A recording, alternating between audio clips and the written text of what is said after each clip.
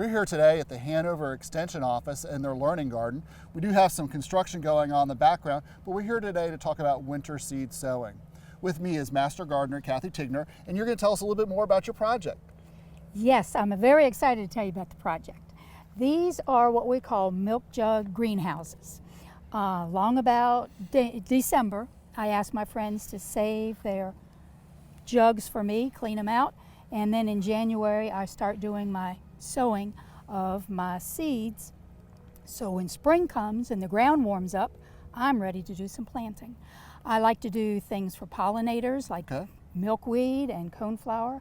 Also another thing I especially like is to be able to share, because my friends will say, "What are you doing with these jugs?" And I will say, well, you know, you can grow some of your own good vegetables for your family. You can start greens, you can start carrots, you can do bok choy. Anything that is what they call a cold crop, you can start in these milk jugs. And so you mentioned some perennials that you do for your pollinators, and you could probably collect the seed for that during the summer, and so then you can start this earlier in January.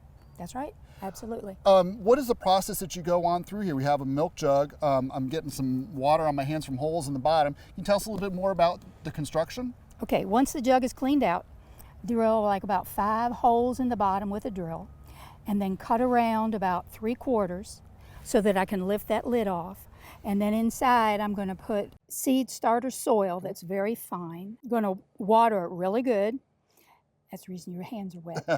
And then put about 5 or 6 seeds in there, close it up, wrap it up with duct tape or packaging tape, and then be sure to label what I planted.